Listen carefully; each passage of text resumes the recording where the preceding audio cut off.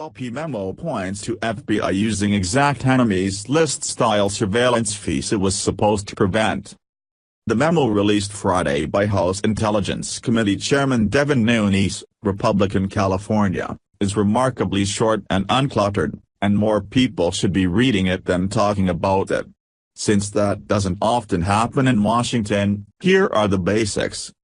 In October 2016, Carter Page, who was briefly a Trump campaign operative, was placed under electronic surveillance by the FBI as the result of the warrant issued by the special court created by the Foreign Intelligence Surveillance Act.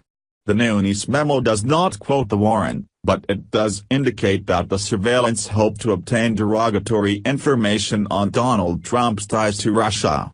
Collusion, in other words. Step backward for a moment and look at the act.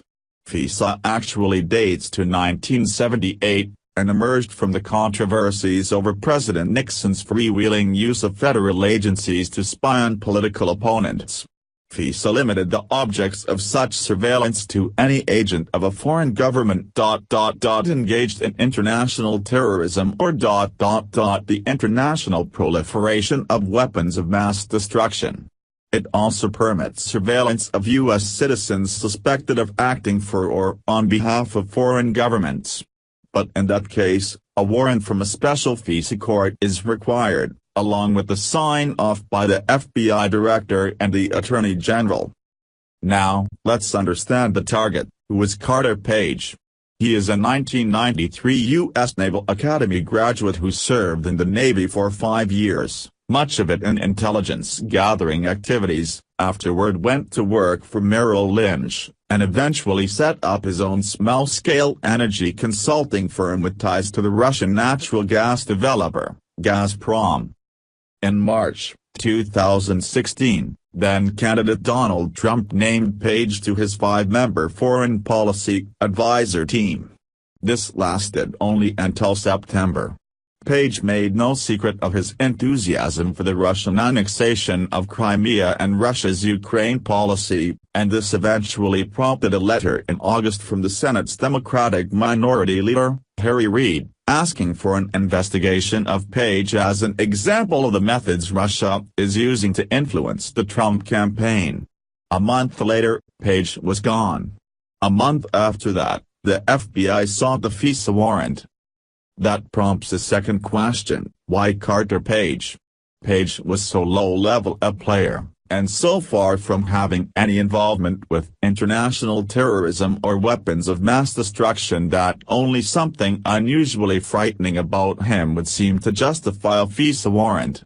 But the evidence in this application consisted, in essential part, of a dossier assembled by a foreign intelligence operative, Christopher Steele, and funded to the tune of $160,000 by the Democratic National Committee. Just how much of the FISA warrant application was comprised of the dossier is not specified in the Nunes memo. But the exact percentage may not matter, since the FBI's then Deputy Director, Andrew McCabe, testified before a Nunes House committee in December that no surveillance warrant would have been sought from the FISA court without the Steele dossier information.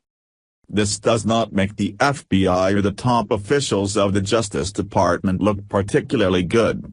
In effect, they presented to a FISA court shabby evidence gathered by a foreign intelligence operative from foreign sources on a bit player on the Trump political team who, by the time the warrant was issued, was no longer even part of that team.